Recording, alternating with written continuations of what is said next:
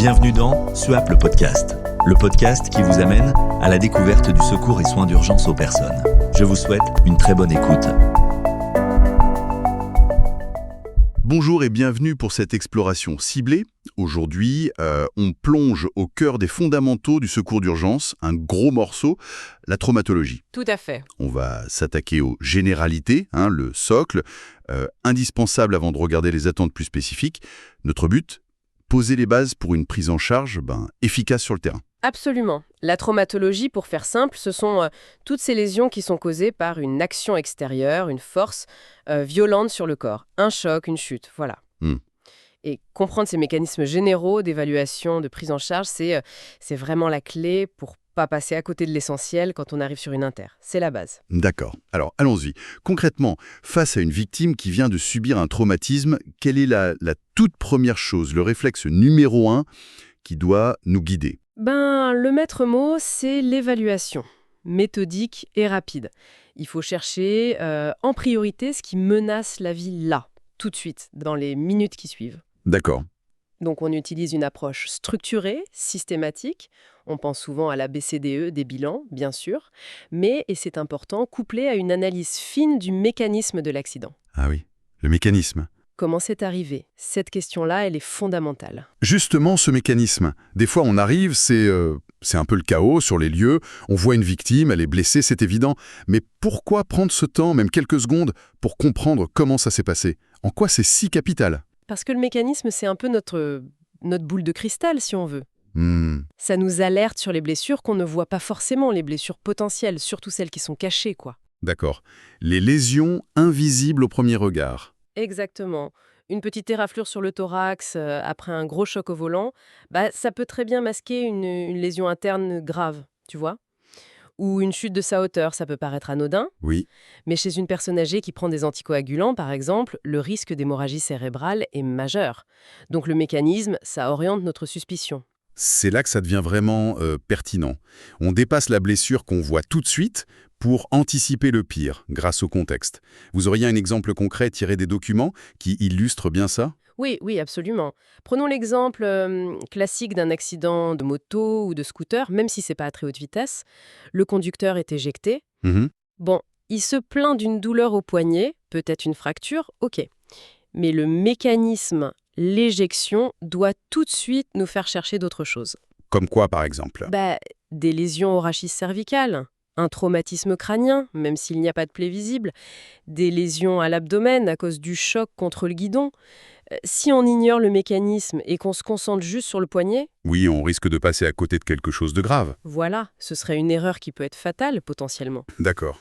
Donc, le mécanisme nous donne des indices super précieux. Et cette approche structurée, cette airway, breathing, circulation, disability, exposure, comment elle nous aide à pas nous laisser déborder par une blessure très spectaculaire, mais qui n'est pas la priorité vitale immédiate ? C'est tout l'intérêt de cette méthode. Elle nous impose une hiérarchie des priorités vitales. On vérifie d'abord si les voies aériennes sont libres, airway. Est-ce que la personne respire ? Ok, A. Ensuite, B, breathing. Est-ce que la respiration est efficace ? Est-ce qu'il y a un trou dans la poitrine, une détresse respiratoire évidente ? D'accord. Puis C, circulation. Est-ce qu'il y a une hémorragie externe massive qu'il faut arrêter tout de suite ou des signes de choc ? Le sang qui coule beaucoup. Exactement. Ensuite, D, disability, l'état neurologique, la conscience, les pupilles. Et enfin, E, exposeur. On expose complètement la victime pour ne rien manquer, tout en la protégeant du froid, bien sûr. Exposure, donc on déshabille si nécessaire pour tout voir. C'est ça. Et cette séquence logique, elle évite de se focaliser sur, mettons, une fracture ouverte impressionnante à la jambe alors que la victime est en train de s'étouffer ou de se vider de son sang à côté. Ça semble très logique dit comme ça, mais sur le terrain, avec le stress, le bruit, l'environnement, est-ce qu'il n'y a pas un risque de juste cocher les cases de la BCDE sans vraiment creuser ? Quels sont les pièges ? Ah oui, le piège principal, c'est justement l'application mécanique, sans réfléchir. Pour B, breathing, par exemple, écouter les poumons, ça peut être compliqué avec le bruit ambiant, on peut passer à côté d'un pneumothorax qui commence. Pour C, circulation, une hémorragie interne, on ne la voit pas directement. Il faut chercher les signes indirects, la pâleur, les sueurs, le pouls rapide et faible. Les signes de choc, en fait. Exactement. Et surtout, l'évaluation doit être répétée. Très important. L'état d'une victime de trauma peut changer très très vite. Un bilan initial qui semble correct ne garantit pas que tout ira bien 5 minutes plus tard. La réévaluation constante, c'est crucial. Compris. Donc, l'approche est structurée certes, mais elle demande une vigilance et une adaptation en permanence.